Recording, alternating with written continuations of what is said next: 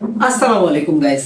আজকে মূলত আপনাদের সামনে আসলাম, সেটি হচ্ছে যারা এসএসসি পরীক্ষা দিয়েছেন তাদের উদ্দেশ্যে আমার আজকে আপনাদের সামনে আসা। আপনারা অনেকেই হয়তো এখন এসএসসি পরীক্ষা দিয়েছেন, তারা পলিটেকনিকে আসতে চাচ্ছেন বা ডিপ্লোমা ইঞ্জিনিয়ারিং করতে চাচ্ছেন, তাদের উদ্দেশ্যে মূলত আমার আপনাদের সামনে আসা। সেটি হচ্ছে আপনাদের কিন্তু সর্বপ্রথম জানা উচিত ডিপ্লোমা লাইফটা কি বা পলিটেকনিক কি, এগুলো বিষয়ে আপনাদের জানা উচিত, বা হুটহাট করে কোনো ডিসিশন নেওয়াটা ঠিক না। আর সেটি হচ্ছে আপনাদের এখন বর্তমানে সর্বপ্রথম যেগুলা ঢাকা পলিটেকনিক আছে, রংপুর পলিটেকনিক, এরকম যেগুলো পলিটেকনিক আছে বিভাগীয় বা জেলা, এগুলো এরকম পলিটেকনিকের পিছনে আপনাদের দৌড়ানোর কোনো মানে থাকে না। সেটি হচ্ছে আপনাদের মূল মানে ফোকাসটা দিতে হবে আপনারা কোন ট্রেড নিয়ে পড়তে যাচ্ছেন, মানে ডিপার্টমেন্ট নিয়ে পড়তে যাচ্ছেন, সেটাই আপনাদের প্রথমত মূল কাজ করবে। আর এখানে আপনারা যদি আপনারা কোন কাজটা করতে পারবেন, আপনাদের ভিতরে সে জিনিসটা আছে যে আমি এই কাজটা করতে পারবো বা এই জিনিসটার উপর আমি দক্ষ, সেটি নিয়ে আপনাদের আর কি সেই ডিপার্টমেন্টে আপনাদের চয়েস দিতে হবে। এখন আপনারা বলতেছেন যে ভাইয়া এত পয়েন্টে আসবে কিনা, এত পয়েন্টে আসবে কিনা, মূলত হচ্ছে আপনাদের এখানে 4.50 উপর থেকে পলিটেকনিক গুলা নেওয়া হয়ে থাকে। আর আপনারা যারা এর নিচে আছেন এরা একটু ঝুলন্ত অবস্থায় রাখে, পেন্ডিং অবস্থায় রাখে। আর আপনারা যখন চয়েস দিবেন আপনাদের কিছুদিন পর থেকে চয়েসটা শুরু হয়ে যাবে। মূলত আমরা শুনতে পেরেছি সেটি 26 তারিখ থেকে আপনাদের ফর্মটা ছাড়ার কথা। ছাড়ার পর আপনারা যাদের রেজাল্টটা ভালো আছে তাদের 1-1.5 মাসের মতো একটা সময় থাকে এই ভর্তির জন্য। 1-1.5 মাসের মতো একটা সময় থাকে। এই 2-3 বা 5-6 আপনাদের একটা মূলত 4-5 বারে ভর্তিটা নেওয়া হয়। ফার্স্ট বারে যারা ভর্তি হতে পারে না তারা সেকেন্ড বারে হতে পারে, সেকেন্ড বারে যেগুলো ভর্তি হবে না থার্ড বারে ভর্তি হবে, এভাবে আপনাদের মূলত নেওয়া হয়। আর আপনারা বলে থাকেন যে হচ্ছে পলিটেকনিকে খরচটা কিরকম হয়ে থাকে। আপনাদের মূলত পলিটেকনিক যেগুলো হচ্ছে আপনাদের সরকারি পলিটেকনিক আছে সেগুলোতে আপনাদের খরচটা মূলত যে সেমিস্টার ফি আছে সেগুলো 1000 বা 2000-এর মধ্যে কমপ্লিট হয়ে যায়। আর যেগুলো বেসরকারি আছে বেসরকারিগুলোতে আপনাদের দেখা যায় আপনাদের সেমিস্টার ফি গুলো 18,000 প্রত্যেক সেমিস্টারে 18,000 থেকে 20,000-এর মতো লেগে যায়। সেক্ষেত্রে আপনাদের সরকারি পলিটেকনিক গুলো যারা মধ্যবিত্ত বা নিম্ন মধ্যবিত্ত আছেন তাদের জন্য সরকারি পলিটেকনিকটা বেটার হয়ে থাকে। আর আপনাদের একটা জিনিস, যারা সরকারিতে পড়বেন তাদের একটা খরচ আছে, একদিকে খরচ আছে, সেটি হচ্ছে আপনারা যারা মেসে থাকবেন, মেসে থাকার ক্ষেত্রে আপনাদের 5 থেকে 6,000 টাকা যেতে পারে, মানে নিজের উপর ডিপেন্ড করবে সেটা। আর যারা মূলত ডিপ্লোমায় আসতে যাচ্ছেন, আসার পর জমায় মূলত 8টা সেমিস্টার হয়ে থাকে। আর প্রত্যেকটা সেমিস্টার আপনাদের পাবেন হচ্ছে 1 থেকে 8টা সেমিস্টার হয়ে থাকে। আর 7টা সেমিস্টার হচ্ছে আপনারা ইনস্টিটিউটে করতে হয়, আর একটা সেমিস্টার হচ্ছে ইন্টার্নি করতে হয়। আর যেটি হচ্ছে মূলত আপনারা মনে করেন যে নিজস্ব জেলায় করতে পারেন বা ঢাকাতেও করতে পারেন, ঢাকাতে বেশি সুযোগ সুবিধা থাকে, সেজন্য সকল স্টুডেন্টরা ঢাকায় গিয়ে থাকে।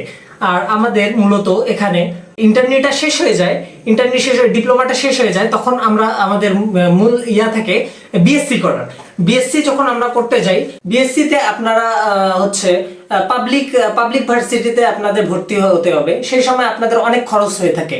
বাংলাদেশে যে খরচটা হয়ে থাকে, ডিপ্লোমা করার পর অনেকে উচ্চশিক্ষায় শিক্ষিত হতে চায়, বিএসসিটা বাহির থেকে করতে চায়, সেটারও সুযোগ আছে।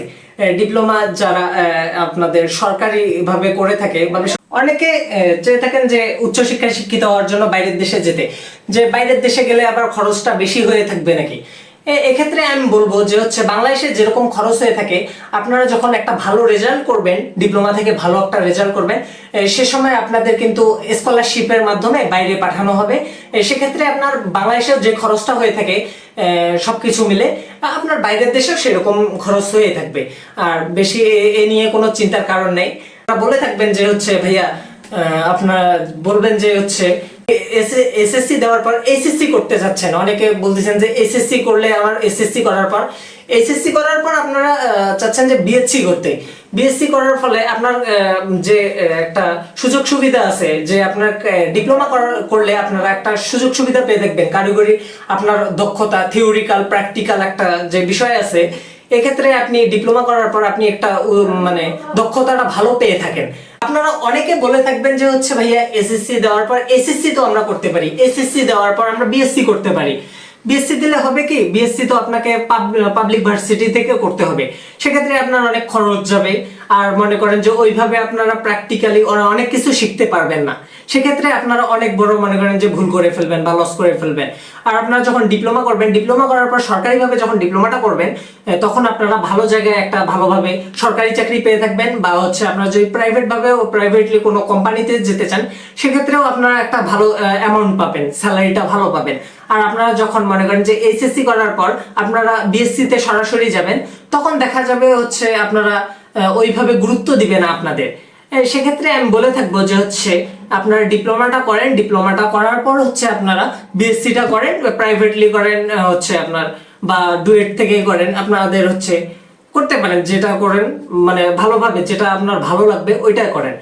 আর মূলত আপনারা অনেক বড় ভাইয়ের কাছে সাজেস্ট নিয়ে থাকেন যে হচ্ছে ভাইয়া কি করব, কোন পলিটেকনিকে দেব, কোন ডিপার্টমেন্টে দিব, কিন্তু এটা আপনাদের একবারে ভুল ডিসিশন।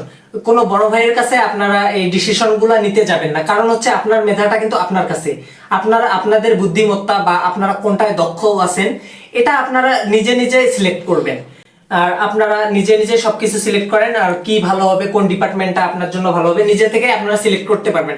আর এক্ষেত্রে আমি বলবো ইলেকট্রিক্যাল, সিভিল, কম্পিউটার আর হচ্ছে মেকানিক্যাল, আর যদি আপনাদের কোনো সাবজেক্ট লাগে সেটা হচ্ছে ইলেকট্রনিক্স, আর হচ্ছে আপনার এদিকে পাওয়ার, এর বাইরে যেগুলো আছে ওগুলাতে আমি বলবো যে হচ্ছে না গেলে বেটার হবে, মানে আমার জানা মতে।